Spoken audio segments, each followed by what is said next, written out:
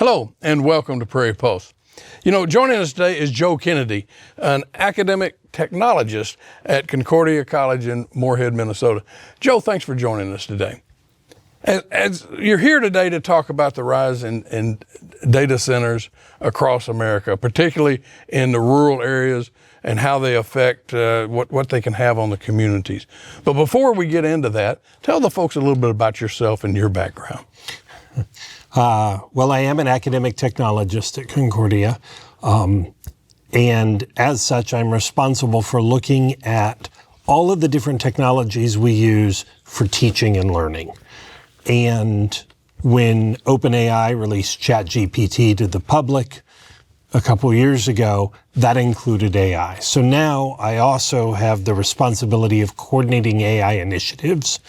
So that's become a substantial part of my job, which means that I have to be aware of the broad impact of AI, different ways that we use it, how it impacts teaching and learning, and how it impacts all the career fields our students will go into, which is why Coordinator of AI Initiatives was chosen as a title. It also means I'm not an expert on AI, like I'm not a computer programmer who built the large language models. I'm not an engineer who helped develop the data centers. But I look at how they're built, how they're programmed, how they're set up, and how it works in the way that we use it, both at Concordia College and in the fields we're preparing students for. Yeah.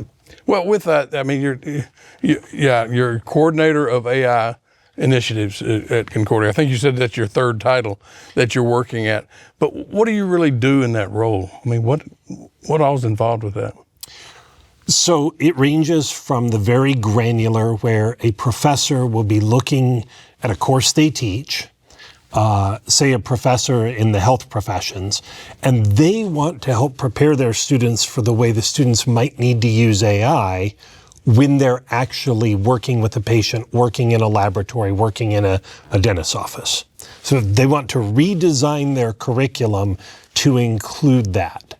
To the very macro level, where we say, as an institution of the Evangelical Lutheran Church of America, we want our graduates to be thinking about issues that might seem esoteric or really broad, or they won't deal with in 10 years. So how do we help them think about the impact of AI on privacy rights and environmental issues and intellectual property? So I help the faculty and the staff as they're designing ways to make sure that our students are accounting for all of that. Yeah. How long have you been involved in technology, and what made you interested in it? I was called to be a math teacher when I was in 7th grade. I taught high school mathematics and programming for 16 years. And then I moved to Concordia College in the role of instructional design because I use technology so often. And the role of an instructional designer is to help faculty take what they're already doing that's good and make it even better, more efficient, deeper, broader, et cetera. And I've been doing that for 14 years. Yeah. Well, Joe, before we get to the main subject, let's define some terms. AI, people, I think, understand, and I shouldn't say that. They know what AI is, artificial intelligence. But then you got generative AI and then predictive AI. Can you define those and tell us the differences, or? Sure. So AI, scientists have been working on artificial intelligence certainly since the 60s and even a little before. Generative AI is the newest one. And honestly, when you just say AI in conversation, that's what people think you're probably talking about. So other forms of AI rely on like a decision tree, where you ask yourself a bunch of yes-no questions, and then you make decisions based on that. Except that those forms of AI, there might be millions of yes-no questions, but at the end of the day, it's very programmatic. That's not generative AI. Generative AI is called generative AI because when it gives you an answer, it's generating something that it wasn't told it had to say. It didn't follow a series of yes-nos.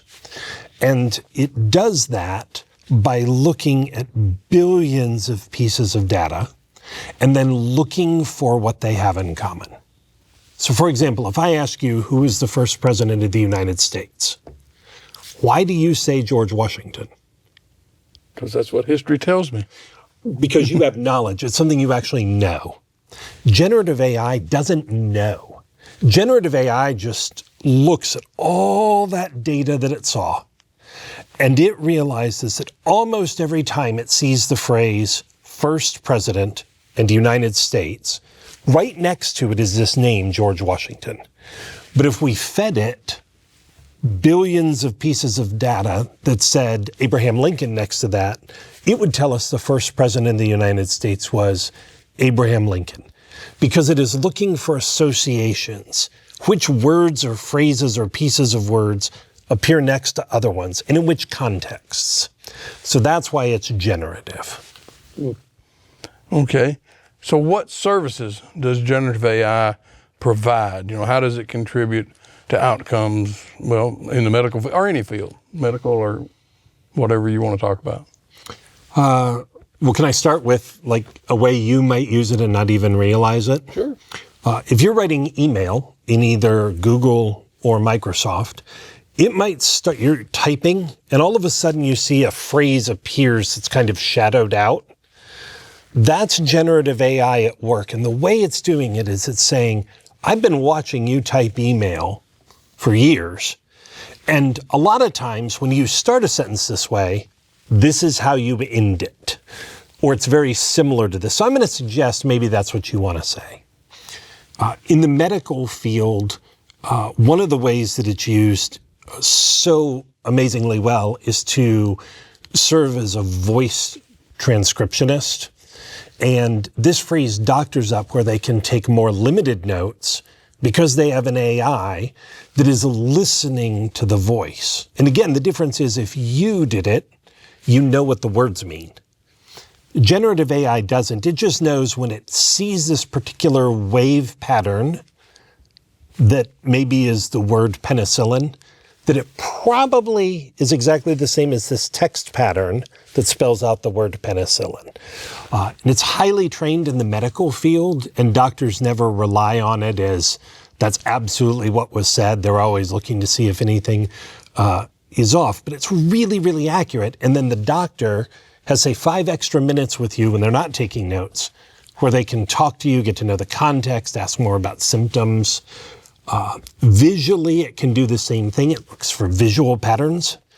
And so it's very good at helping people take something that they wrote or said aloud and turn it into a picture in an infographic. It's used that way a lot too. Mm-hmm. Well, we invited you here today to talk about AI data centers, a hot topic in the news right now. But before we get into sort of the finer details of it, let's define it. What is an AI data center? Well, first of all, it's just a data center like we've had for a long time, but for a very specialized purpose.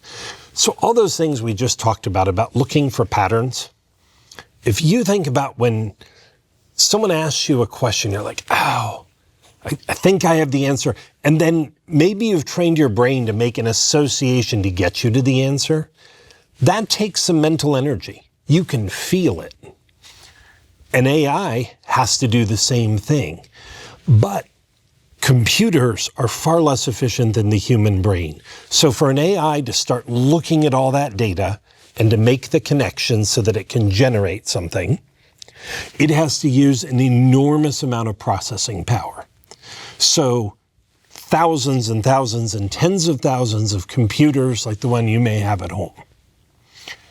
And they generate heat. And they have to talk to each other very quickly, and the closer they are to each other, the easier it is to talk to each other. Of course, this is a simplification, but that's what's going on. So a data center says, let's take all of these processors, all of these machines, put them in one place, make sure it's really cold so they don't overheat, because every time they make a computation, they're using electricity, generating a little bit of heat.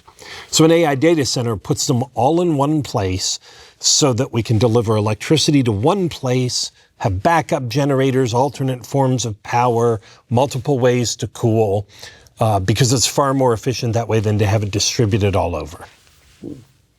Okay. Do people use these data centers on a daily basis? If you use a search engine, you probably do.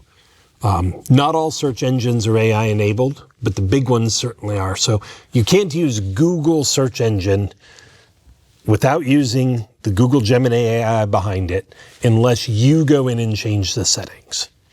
If you use Microsoft Word and it's helping you correct your grammar, you're using an AI tool. So somewhere, some data center is processing that request. If you go straight to ChatGPT and ask it a question, or Claude, or Grok, you're going to be using the data center. So a lot of our work on computers involves touching a data center, even if that wasn't our intent. How do these data centers differ from ones that were built 10 years ago or 15? They're bigger and they handle more calculations, even if they're not bigger, which means they're generating a lot more heat in order to do that.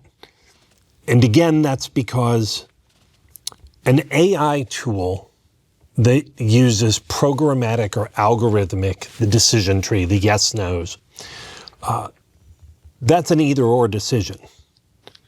But an AI data center is asking the computer to start making associations where instead of just two choices, there may be hundreds of thousands of choices around the central prompt. And so that's going to require a lot more computing power.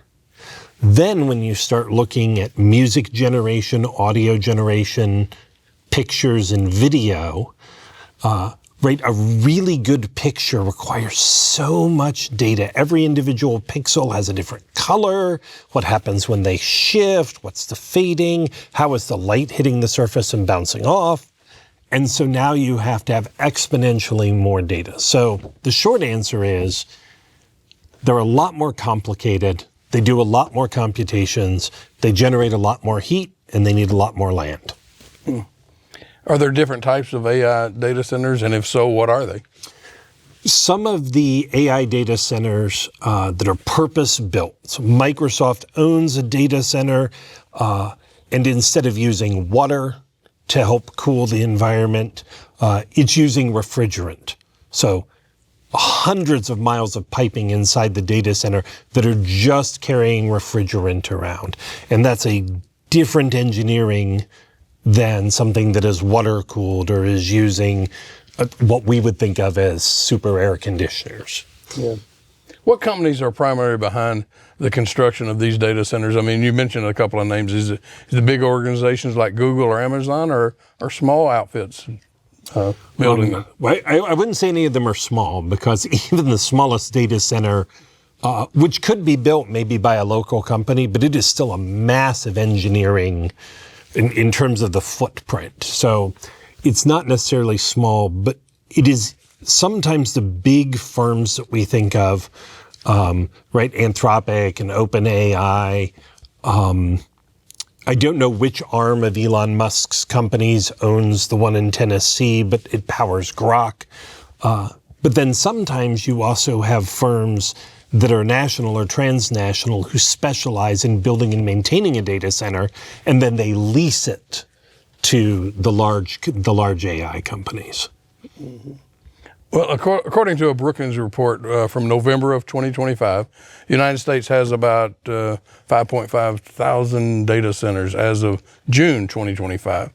Is there a reason why the United States has so many of them compared to other countries? We certainly have a lot per capita, but China definitely has a lot of data centers. Russia is building many data centers. India has data centers. But the reason that right now we seem to have more is because we're one of the few countries that is leading in terms of computing and computing power and different ways of creating AI tools. And so in order to do that, you need to have the data centers to power them. But China is rapidly catching up. China's come up with a couple different ways of thinking about data centers that are very outside of the box. They just opened one that sits offshore, 35 meters under the sea, for instance. Well, you know, why has there been a boom? I mean, 30 years ago, we always talked about hardware and software sort of leapfrogging each other. Is it just a technology boom that we've got going on? Yes, and I feel like improv here. The technology boom is a subset of human knowledge boom. As we learn more, it doesn't progress right like a line. It goes like this. So we've got a nice exponential curve, and that's happening with technology as well. And then when OpenAI released ChatGPT, it was the first commercial, quasi-commercial, but certainly the first large-scale way of a new way of thinking about a technology. And so, of course, that immediately spurred a whole lot of other companies saying, well, if OpenAI can think about it this way, why can't our bright people and our smartest minds think about it this way? So that's going to lead to a rapid explosion of development, just like it does with any tech. Mm-hmm. Where are the majority of AI data centers located in the United States? At first, they were wherever they could be built conveniently, so there wasn't one easy way to classify it. Now they're looking, the companies that are building them are looking far more towards rural areas. Land is cheaper, fewer residents to get upset. The problem is, and rural areas with arable land are particularly attractive because if the land is arable, there's a water source close by, and you need a lot of water for most data centers. Okay. Well, there you go, because that was leading into, a talking point about them. How much water is actually used in these data centers, and what's the environmental impact with that? Well, first, let's be clear that an individual AI query doesn't use that much water. It's less than a teaspoon. It's measured in milliliters. It's just that we make so many of them. But even with that, data centers consume less water than a couple other industries. The biggest one is fast fashion.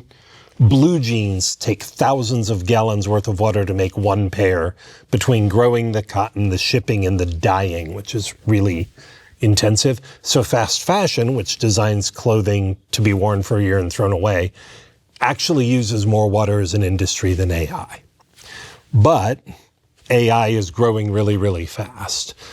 So the individual use of an AI doesn't use a lot, but collectively it uses enough water that it can deplete a water table or an aquifer very quickly if it's not managed well. Yeah. Why do you think some people have responded with skepticism toward data centers being built close to where they live? Why is that?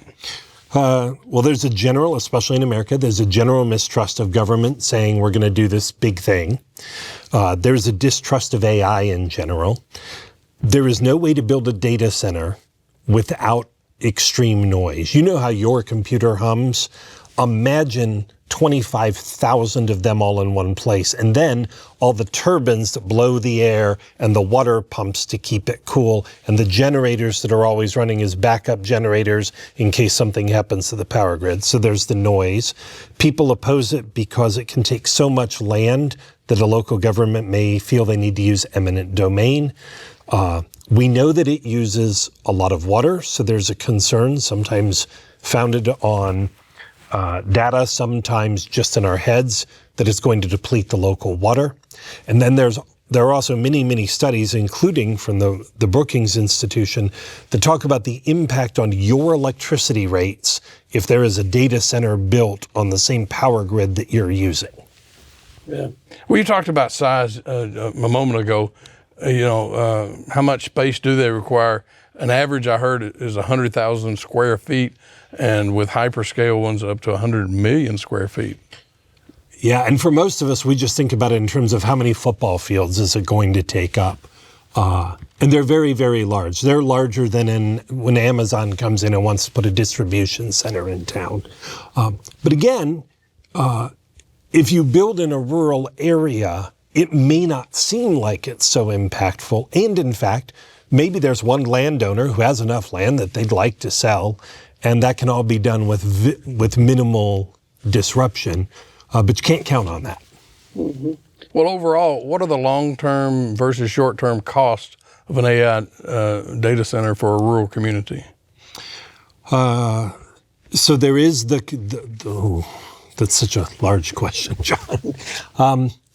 So the short-term costs are there's going to be disruption, there's going to be construction, you got to put in power lines or build a power plant, lots of wind turbines or solar, however you're going to power it. There's all the lines that are going to get the data in and out. But the long-term cost tends to be that there is no way around it. It's going to use more water than that area is used to. So if the geological surveys are accurate and you've got reasonable predictions of what it will use, it could be that the long-term cost isn't that great in terms of water usage or electricity usage. But if it's rushed into, and this is what the concern is a lot of North Dakota communities right now, is the residents feel that the governments are rushing into agreements and they haven't done all of that research yet. I got too many questions. We're running out of time. Another topic when it comes to data centers, especially in rural communities, is about non-disclosure agreements or NDAs. What role do NDAs play in the construction of data centers? Well, it's important that I have very little bias, but this is one. I am very biased towards full transparency. So whenever you say NDA, I immediately go, ah!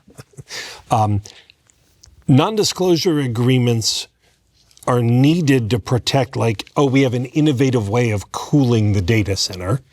But a non-disclosure agreement by its very nature means that citizens don't get to know all the information about something that's being built. And if it involves any tax breaks, any public land use, any diversion of water resources, or an impact on their electricity, citizens, of course, are going to say, why can't I know what's going on? So an NDA needs to be very carefully constructed to let citizens know what could happen to them without giving away proprietary information for the company owning the data center. Sure. Do AI data centers have positive impacts? If so, what are they? Well, yeah, there are AI tools in general that are have positive impacts when they're well tailored. Like in the medical community, AlphaFold that has helped envision what every protein we can imagine looks like. Like these have been tremendous, and they can't happen without data centers. So there are indeed positives. I think when people get a negative view, they're just thinking of the AI slop on their news feed, right? That's a data center powering that, just like there's a data center powering AlphaFold. You know, is there a way for people to responsibly interact with generative AI despite some of the negative ramifications with the environmental impact? Yep, and it's the same as every other technology we worry about. If you have a car and you need to walk 3 blocks, walk instead of driving.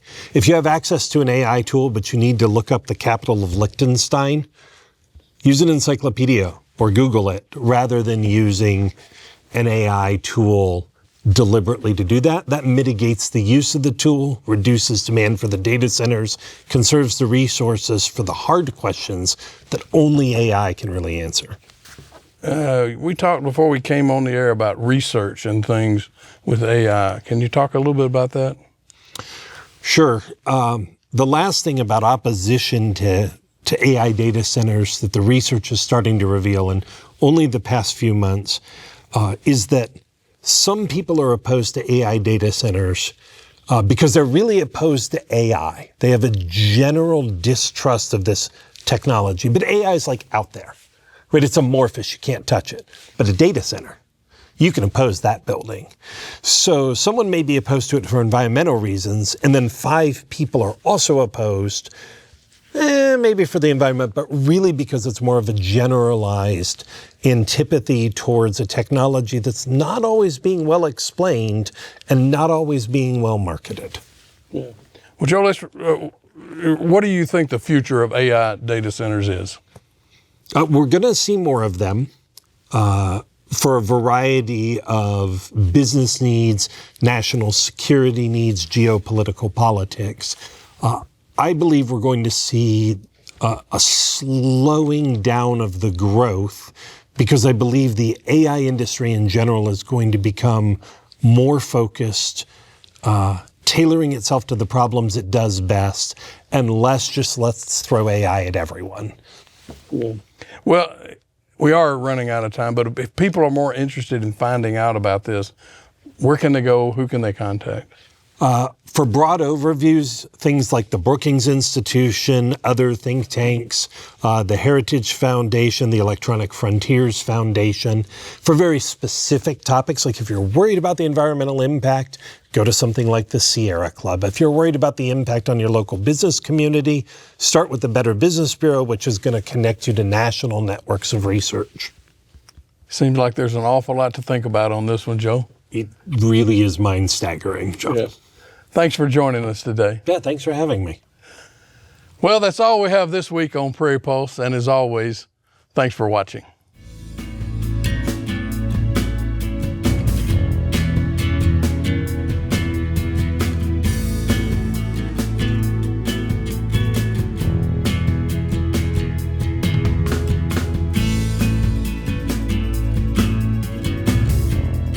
Funded by the members of Prairie Public.